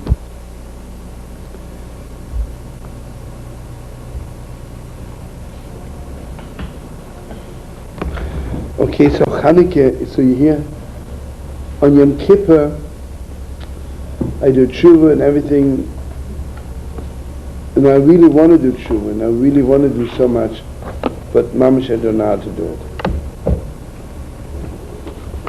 So then on Channukah, the Kohanim, are you there Are you there? Kanecha Kedoshim? Sammy, you missed the greatest thing. Why is Chanukah through the Kohanim, not through the Melochim? Because the king gives orders. Chanukah is advice. Kohanim give advice. Rabbi Nachman says Chanukah, the whole thing is Eitzes Amukas. When you don't know what to do, Gewalt set down. What to do and don't know what to do. Gewalt. And then suddenly Chanukah light comes and you see, I don't need daylight because I really know what I'm supposed to do, but I don't know how to do it, right? I don't know how to do it. So then comes Chanukah and the Kohanim are shining into me. You know, what's about Shuvah? It comes to the Beis HaMikdash. Aaron Cohen didn't tell him to keep Shabbos. I knew it before to keep Shabbos. But he doesn't know how to do it. So Aaron Cohen gives out advice. And also, so remember, first of all, every person needs different advice.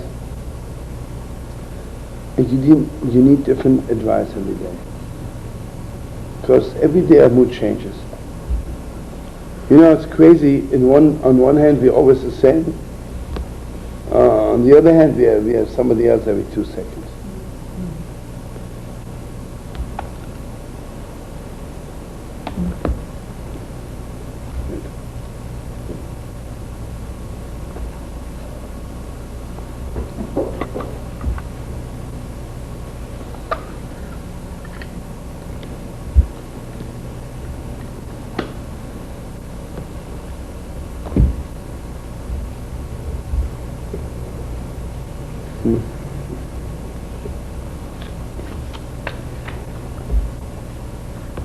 Oh, this is very beautiful. You know, in the Holy Temple, this one little light really lasted for 8 days. And we, out of the temple, it goes out and we rekindle it every day. But when we come back, it's more, right? It's 2 days, 3 days.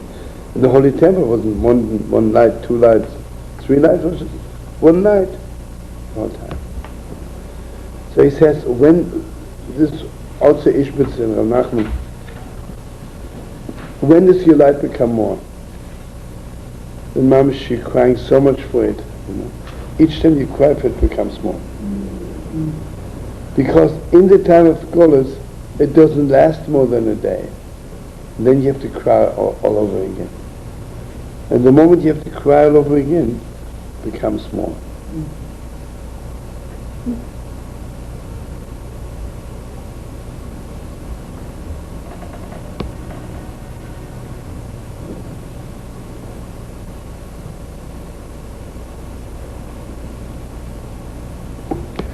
And just remember the most important thing. You see, maybe what to do or what not to do, mamish, generally, is enough from your head. But those eitzes, those advice, the deepest steps of advice. I know some of you weren't here at the beginning. Why is Channukah the fixing of the tree of knowledge? What's wrong with the tree of knowledge? The tree of knowledge, everything comes from the head, but not from inside. Channukah is the light from inside shining outside. You know, when it comes to the deepest depths of life, mamash, you have to listen to the inside of your inside of your inside. Mamash, inside. So, and this inside only begins to shine at you when it's mamash dark. Suddenly mamash has this flash from the inside of the inside. Let's see what he says.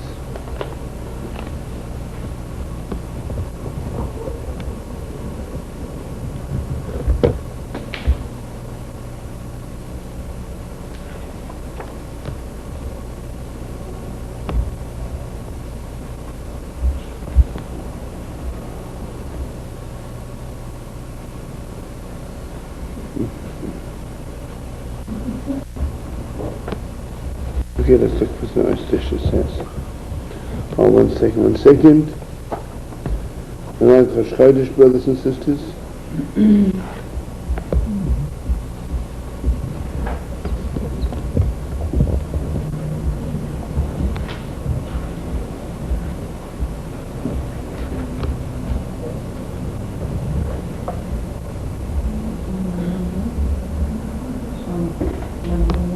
Why not? It's the best. It's awesome.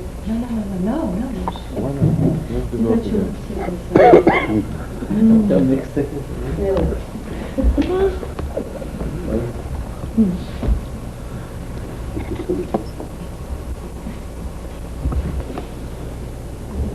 When you don't know what to do, the way God lets you know what to do is not much when you reach the bottom that you mamish don't know what to do. At that moment God lets you know. So Chanukah is when I reach bottom it's mamish dark and there's nothing I can do. Mamish at that moment God lets me know.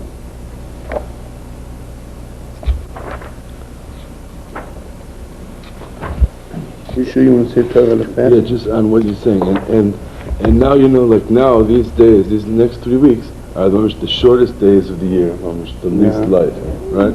Come Chanukah, the days start getting bigger and bigger and bigger, right?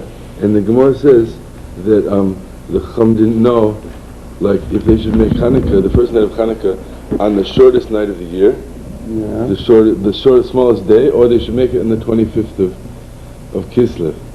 Right, because that year was the same day. Right? When the Bnei Yisrael says this, right? That when the miracle of Chanukah happened, it was actually the shortest day of the year, and they lit the candles, and then each day, from the 8 days of the miracle, the light and the daylight was getting more awesome. Yeah. You see, we think that suddenly the light gets more, and it's a good time to bench Chanukah lift. It's the other way around. Because Yidden bench Chanukah lift, because of that, the day becomes stronger. Because the Imam is driving out the darkness with. Yeah.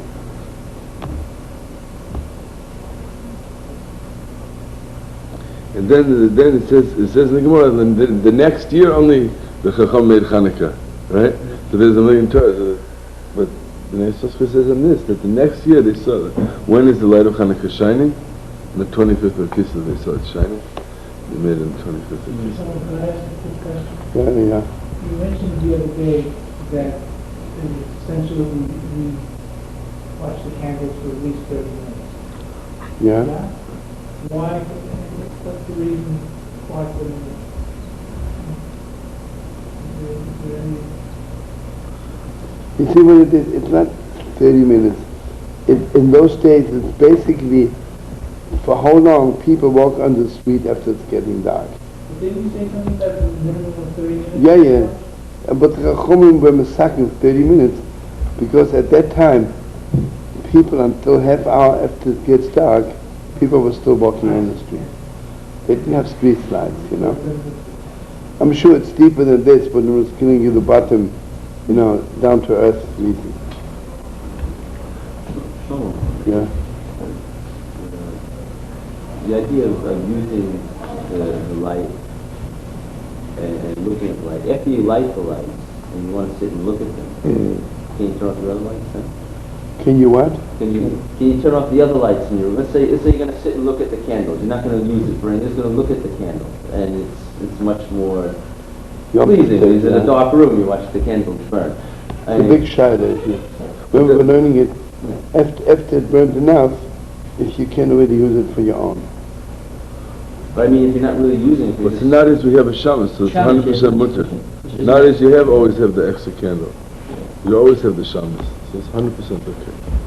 If the shamas is still burning. Yeah.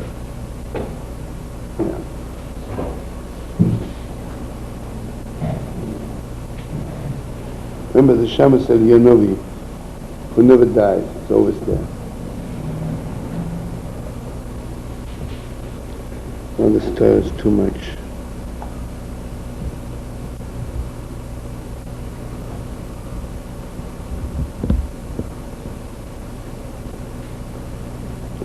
gewalt. Basically, the first mitzvah in the house is mamash Chanukah, right?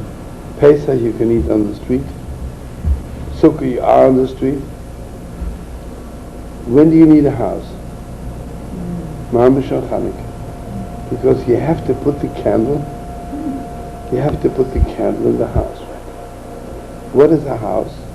A house is that it's permanent. What is the greatest light?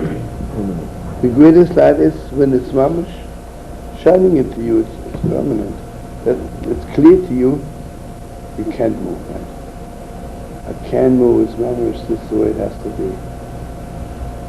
And you see, even on Yom Kippur, I'm not so permanent yet. I dance with the Torah and I'm okay, right? Chanukah is mamash shining into me so deep that mamash can't move. So Shlomo, is that related to Natilat in some way? Sure, mamash, you're gewalt. What means a house? You see, I meet a girl, I don't like her so much, I'm not going to buy a house because of her. Because it's not permanent. Tomorrow morning, by coffee, I meet already someone else, I really forgot the first one. Right? And also by analogy, meaning Habay, the house. Yeah, it's really good. So the house is good stuff. You should Channukah's Habay.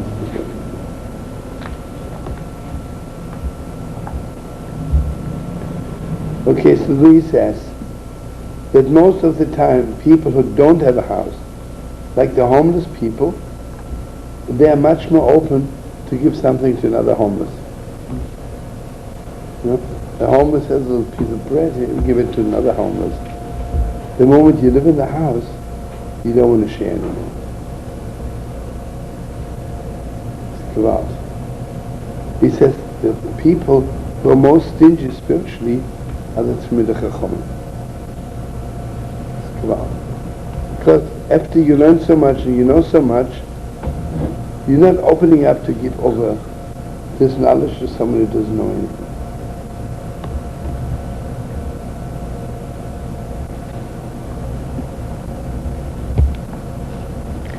But the most important it says, you know what permanence means? It's deeper than myself.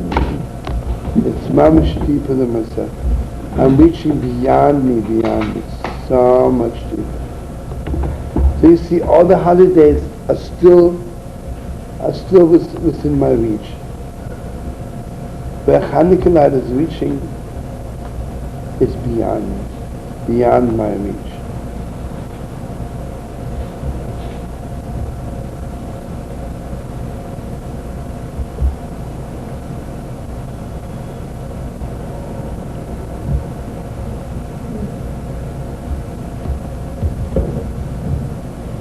I don't know where you can reach, I don't know where I can reach. But everybody can reach so much higher.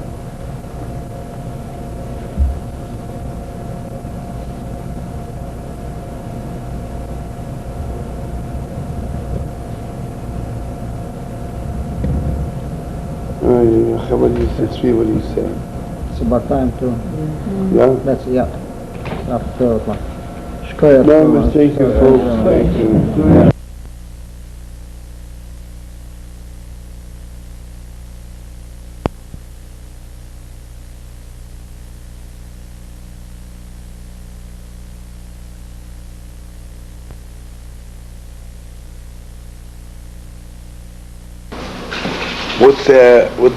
What's there more, right? Not so simple. Some people say, why don't you wash your hands for food? Oh, I just wash my hands for soap. It doesn't go this way, right? They ask you, why don't you go to the mikveh sometimes? Oh, I'm taking a bath. So, we got to learn it, but now let's learn a little bit about Chanukah. Mamash, thank you.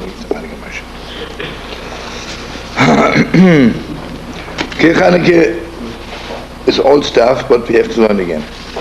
Why do we... Everybody knows the story of Channukah. Mamash, we won the war, we drove out 400,000 Greeks, which is the greatest miracle in the world. And then we come back, we clean up the holy temple, and there's no oil for the holy lamp. But then we found one little mamish buried somewhere. One bottle of holy oil. But this oil would only last for one night. To prepare pure oil again takes a week. So the great miracle happened. It lasted for a whole week, and that's why we celebrate Channukah. Okay, the first question is, so the first night we had enough, right? So the miracle was only 7 days. Have a please. I'm telling you, I'm so dead tired because I haven't slept off my trip to Israel. So if you're not, mamish, putting your energy into it, just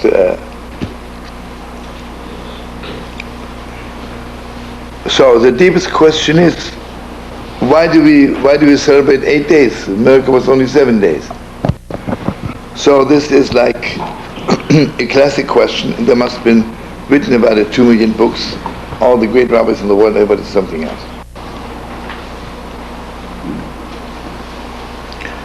First of all, which is the most important answer, God does not, a blessing is not out of nothing. So listen to this.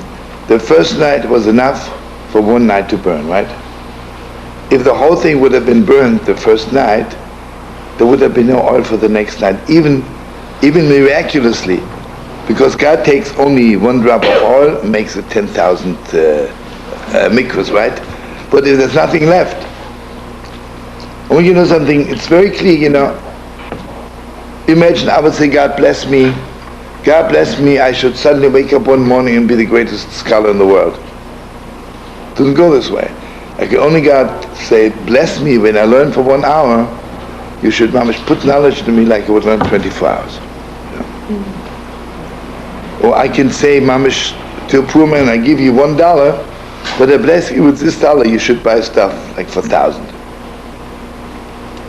There has to be something there, right? Because God created the world out of nothing, but after that, there has to be something there, right? If there's nothing there, then, between people, right? If there's something there, then you can bless it, it should be more, right? But if there's nothing there, right, forget it, right? You remember the story, Elisha came to this woman, and she was dying from hunger. Her husband was one of the holy prophets who was killed. She says, do you have anything in the house? She says, you have some oil. So he says, okay, get yourself hundreds of vessels, whatever I forgot the lotion, and fill it in. There was one little bottle of oil, right? And she filled hundreds of bottles with it, Because there was something that God's blessing should be chal on it, should fall upon it. So, first of all, if the first night would have been burnt out completely, where's the second night coming from? That means it was left over something the first day, right? At least one drop was left, and then God's blessing was upon it, and the next night it became more, and suddenly it filled the whole menorah. So according to that answer, there was only a little bit left the first night, and then the second night the miracle happened. It was full again, a little bit was left.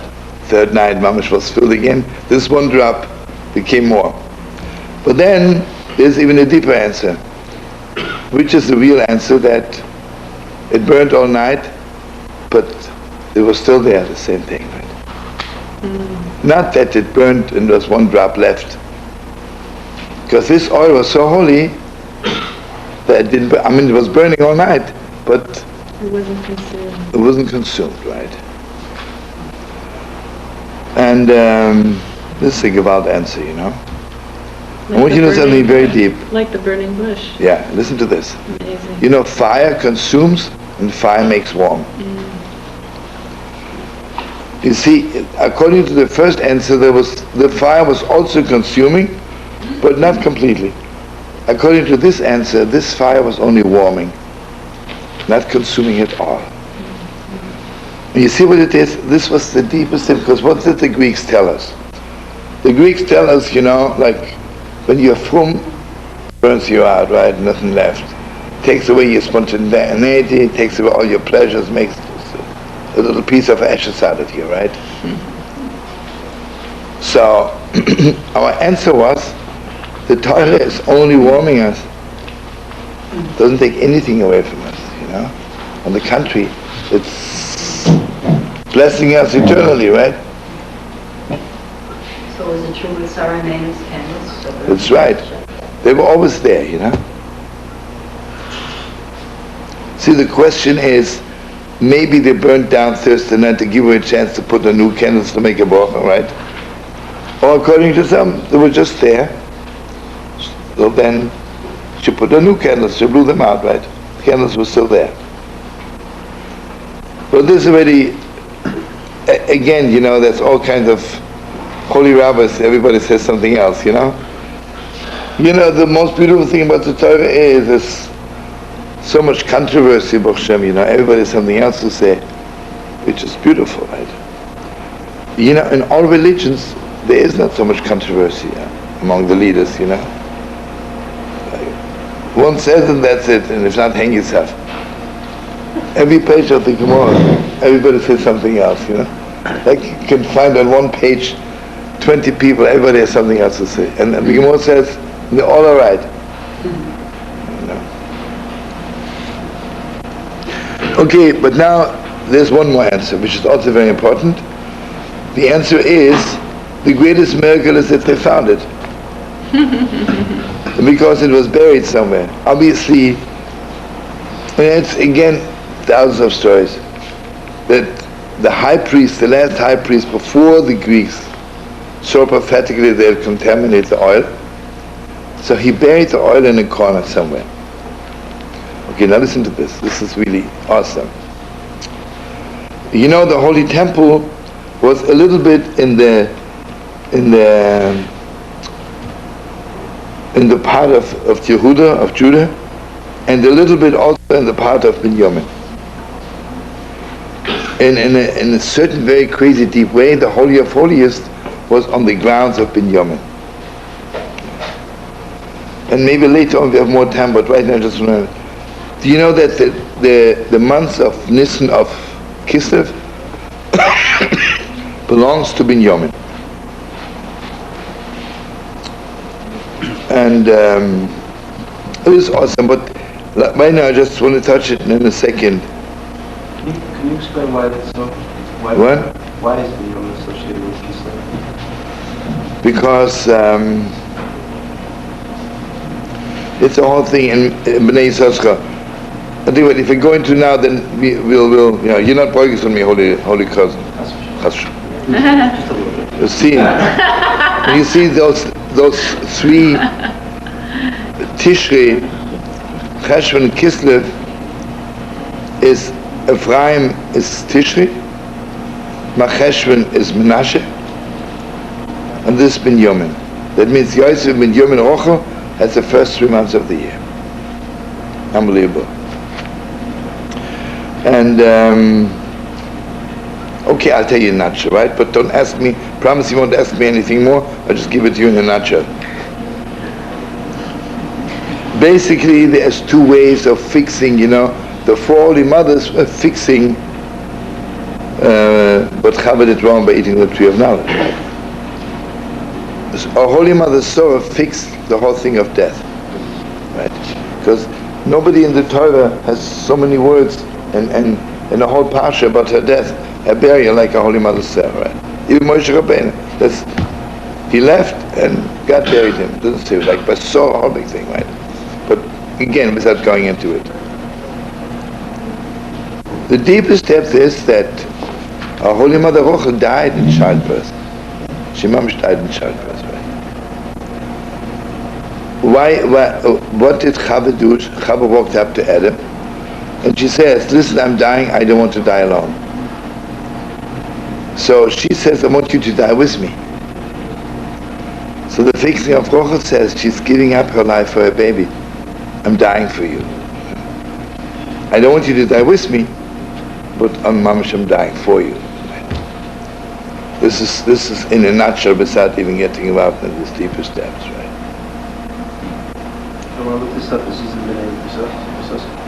A little bit, it's a long time. I'm giving you a little gefilte fish and all the herbs together, like. Now you have to put the mustard on it, brother.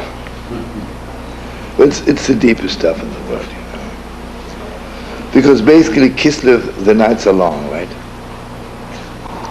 And what did the Greeks want? The Greeks Mamash wanted to kill us, right? Shabbos K'yontiv, Heilige Abba, Chief Rabbi of the province, maybe Messiah. So what did the other mothers fix? How was the Sabbath? Unbelievable. Yeah. Did you keep it traditionally, brother? Or? But again, you have to promise me not to ask me too much, because then we get off Chanukah completely. Rivka, she set the food for Yitzchak, right? Mm-hmm. Because of Chava, Adam was cursed that you eat your bread with sadness, right? Without blessing. Mm-hmm. And Rivka's food brought about the blessing of Jacob, right? She fixed that you eat, and that feast contains all the blessings of the world, Mm-hmm. The Gemara says it was not only Yitzchak blessed Yaakov not only for this world, even for the coming world, awesome, right? And also you see, which is even deeper, the tree of knowledge, it says this is right and this is wrong, and the truth is it mixes it all up, right? Because when you live with the tree of knowledge, you don't really know what's right and what's wrong, right? And Rivka says Yaakov is right and Esau is wrong, right? She separated the good from the bad, right?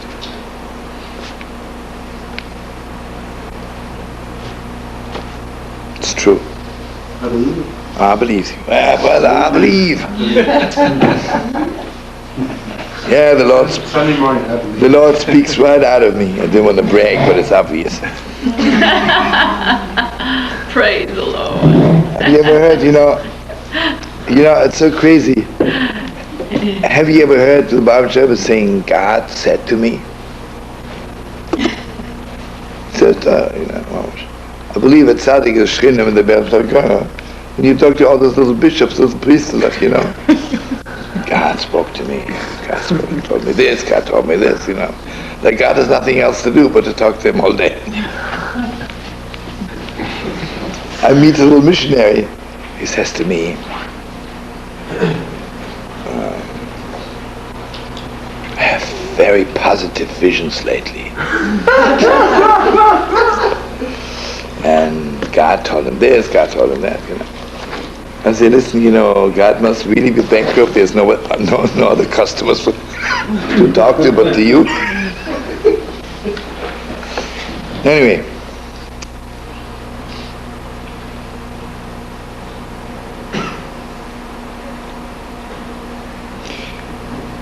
You see, Leah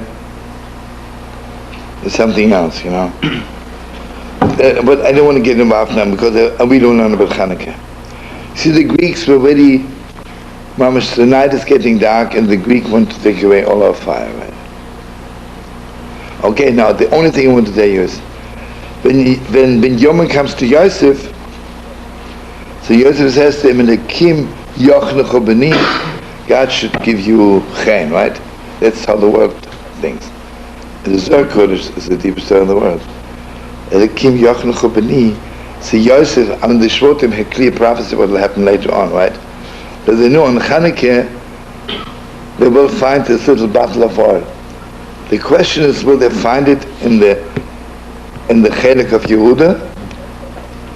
The Holy Temple was divided, right? Standing a little bit on Yehuda, and a little bit on Binyamin. So Yosef said to Binyamin, Elokim Yochnecho B'ni, I bless you. They should find this oil of Chanukah in your part. That's very awesome, Mm-hmm. We're talking here about something else, right?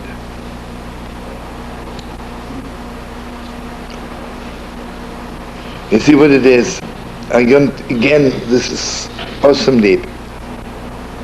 You know, Yiddishkeit cannot be without Yosef. So when Yosef was missing, Binyamin kept the fire burning. So much as he was the youngest, remember Yosef was the Tzaddik Elyon, and Binyamin is the Tzaddik Tacht. So in the Kim Yochmi says, Mamash, when the fire goes out, and Channukah keeps the fire burning for 8 days, right? Should be in your part. Because Binyamin's thing is to keep the fire burning, right? It's awesome. And you see the Holy of Holiest was in the Chelik of Binyamin. According to the Meir Shalach, the whole thing Yehuda and Yosef are fighting over Binyamin was basically the fight. Yehuda says that the Kodesh Kedoshim should be in my part, and Binyamin, the Kodesh Kedoshim should, how did he say? According to the Meir Shalach, the question is if the Kodesh Kedoshim is mostly needed by a tzaddik or mostly needed by a Baal Tshuva. Yosef HaTzaddik says about Tshuva, holy is good, Halavai should be holy. Holy of Holiest is only for tzaddikim. Well, holy anyway, then you become the Holy of Holiest. Judas said the other way around. The Baal Tshuva is holy, doesn't turn them on. It has to be the Holy of Holiest. I mean, it's awesome. You know, if you think how prophetic, you know, the Meir Shalach said it 150 years ago, take today, right? They need something, you know, strongest. Right? Like all the Rebbes say, when you're a little bit sick, you take a little aspirin, right? The more sick you are, the stronger the medication has to be. So Yehuda saw prophetically that before Mashiach is coming, holiness is not strong enough. It's not strong enough to keep us going. Listen, you know, I'm sure you know, like, you go to most shuls, how strong is their Shabbos, Friday night? It's good davening, right? And all the kids coming back to Yiddishkeit, they're bringing so much fire into it, you know. They want more than that.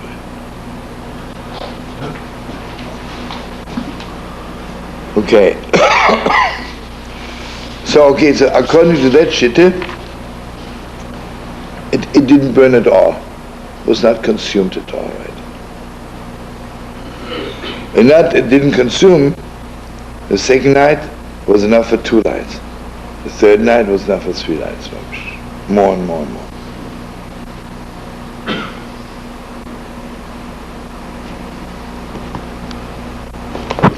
Then there's another very holy answer also. That since they knew they won't have enough until the 8th day, they divided this oil into 8 little sections. And this was really not enough to burn all night. It was just a little bit. And the miracle was that it burned all night. It's also gewalt, you know. Sometimes I'm coming before God and I've just, I really don't have what it takes. But I have just a little bit, right? And then mamish, a miracle happens and this little thing carries me forever. But then this is very important to know, which is also earth-shaking.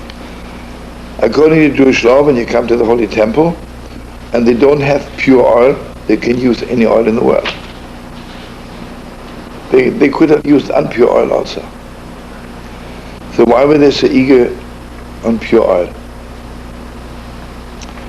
And this is again from all the Rebbes together. You know, imagine I'm going through so much to do something, right? And then at the end, I'm just doing it. No. The Mecca, we said to God, we give our lives to bring the light of Yiddishkeit back. I don't want to burn unpure. I refuse. Right? I want you to know the older Rabbi Shlomo, when he came to America, he was mamash schreien gewalt about the Hebrew schools, right? In America. I mean, now it's also bad, but then it was worse, right? So he said, you're teaching, you're killing the light of your children with impure oil, right? And the Channukah is the beginning. We got just getting rid of the Greeks. Don't give them impure oil, right? Give them rabbis who teach them from the Shem and Torah, right? I have to tell you this joke, really. You know it. Maholi, the chief of the Bronx, does know it. In former days was a Yiti and Shu. He was actually very decent Yit. He spoke Hebrew perfect. He was a friend of Yalek.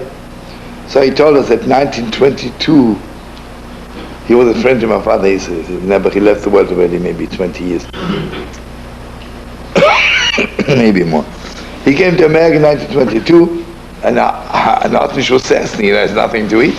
He walks up and down the streets, passed by the Rumänische Shul on the east side, sees big sign, looking for a Hebrew teacher. He goes in and says, I want to be a Hebrew teacher. I speak Hebrew perfect, it really does. So the principal says, you speak English? I said, I just arrived. He says, basically, you don't have to know only one word. Because I give you a class where all they do is read. So you point at a boy or a girl and say, just point, then they start reading, right? Then they read a little bit, and then you say enough, and point at somebody else. Okay? He comes to the class, the boy starts reading. Then suddenly realizes he forgot the word enough. And in Hebrew, enough is die.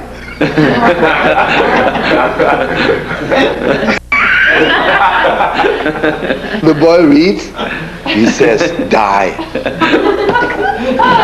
The boy gets all shook up. What can he say? Points at another boy. He's reading. He says, die.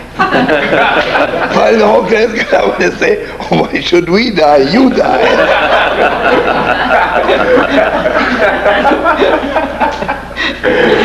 Very good. I mean, you can imagine what kind of heathen they were producing.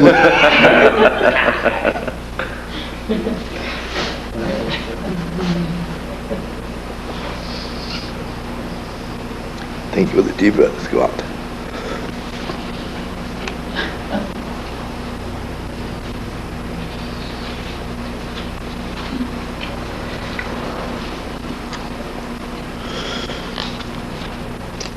Okay, now, all the Mephoshim asking, why didn't, that the little candle, that the fire lasted for 8 days is a joke miracle in comparison to that 70 priests drive out an army of 400,000. Okay, I give it to you in a nutshell. Basically, we don't make a Yom Tov of every miracle which happened to us, Thousands of miracles happen to you. Not everything is a Yom Tov. Why do we celebrate Pesach? Because Mamash every year, Mamash light is coming down from heaven, and Mamash takes us out of Egypt. Everybody in the old little Egypt, right? Seder night, I'm not celebrating because my Zayde went out of Egypt. Because I'm Mamash going out of Egypt, if I want to. Shavuos, I'm not celebrating because 3,700 years God gave me the Torah, because every Shavuos, Mamash God opens all the gates and the Torah comes down. To fight off the Greeks was a great miracle. It was for that moment. And if you remember Channukah, they only Mamash initiated the Yom Tov a year later, because they were waiting if the light of Channukah is shining again. It was unbelievable. Shon Acher is coming. You know, the Chacham saw mamish a great light is shining, you know. So it was, you see, so it's not celebrating miracles. Miracles we have enough. I mean, we need more. But the question is it every year? So the holy Chashmonoim realized that the Nes of Chanukah is happening every year. You know what's happening? That there's so little left, and it carries you forever, right? Sometimes you meet a Yid in his connection to Yiddishkeit is just one drop, right? And this one drop, you know, I mean, we see him today, day and night, everywhere, right? Not to be believed.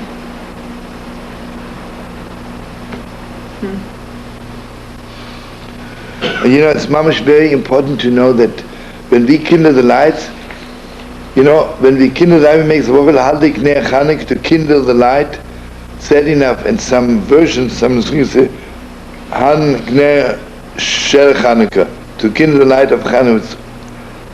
According to Svak, is the haldik ner Chanukah, to kindle the light of Chanukah. You know, when I'm kindling the lights Chanukah night, I'm mamish kindling that light which Chashmonoim kindled in the holy temple. It's not like I'm kindling a little light in memory, you know, memory of my Baba. It's mamish, I'm kindling, when I kindle the light first night, I'm bringing down the light of the first night. It's mamish gewalt, right? So you don't say Yisrael in the bracha. Say Chanukah, Adik Ner Chanukah.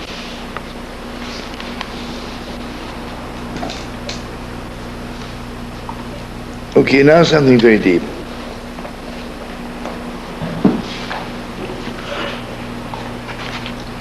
We were learning it, but it's just very, very important to know.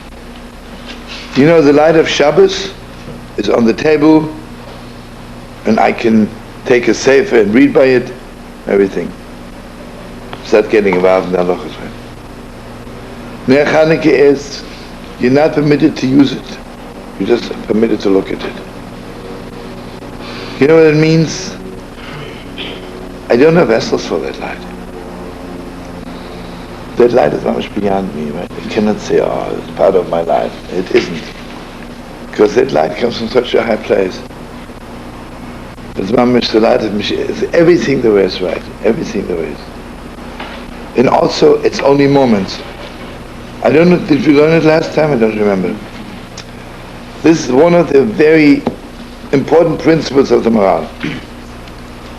That anything which is very holy, maybe less 8 days, Pesach less 8 days, Sukkot less 8 days. Shavuos is only 1 day.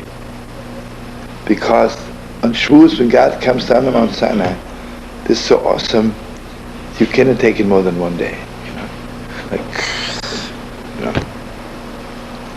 I don't want to say anything bad, but I'm sure Charlotte's shock treatment, you cannot give more than a minute, right? 2 minutes. That's it. I cannot give someone a shock treatment. So it's good, let's give it 24 hours. Doesn't go, right? You see, Shavuos is like a shock treatment. Chanukah is even deeper. Chanukah is a minute, right? Bench Chanukah licht, like, you know, Pesach I eat matzah all day. Sukkot is Sukkot all day. Chanukah is mamish just a few minutes.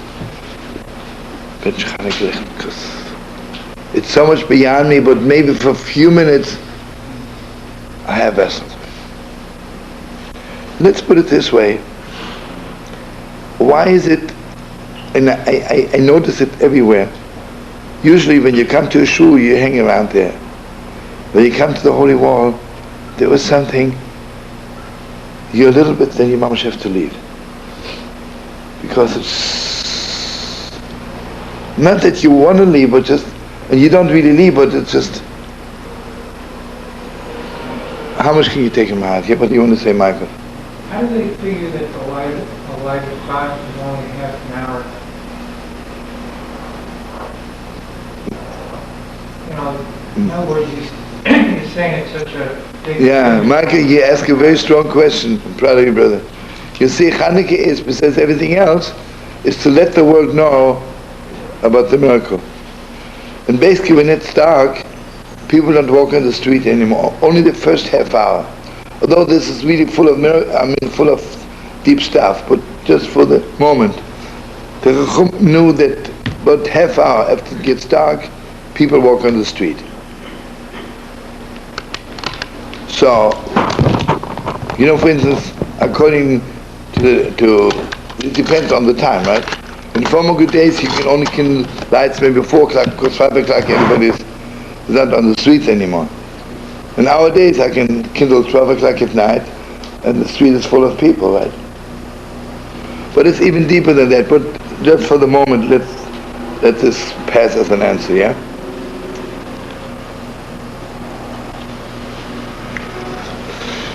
Okay, one more thing, very, very important. Okay, now everybody knows everybody has to kindle lights, it's a must, right?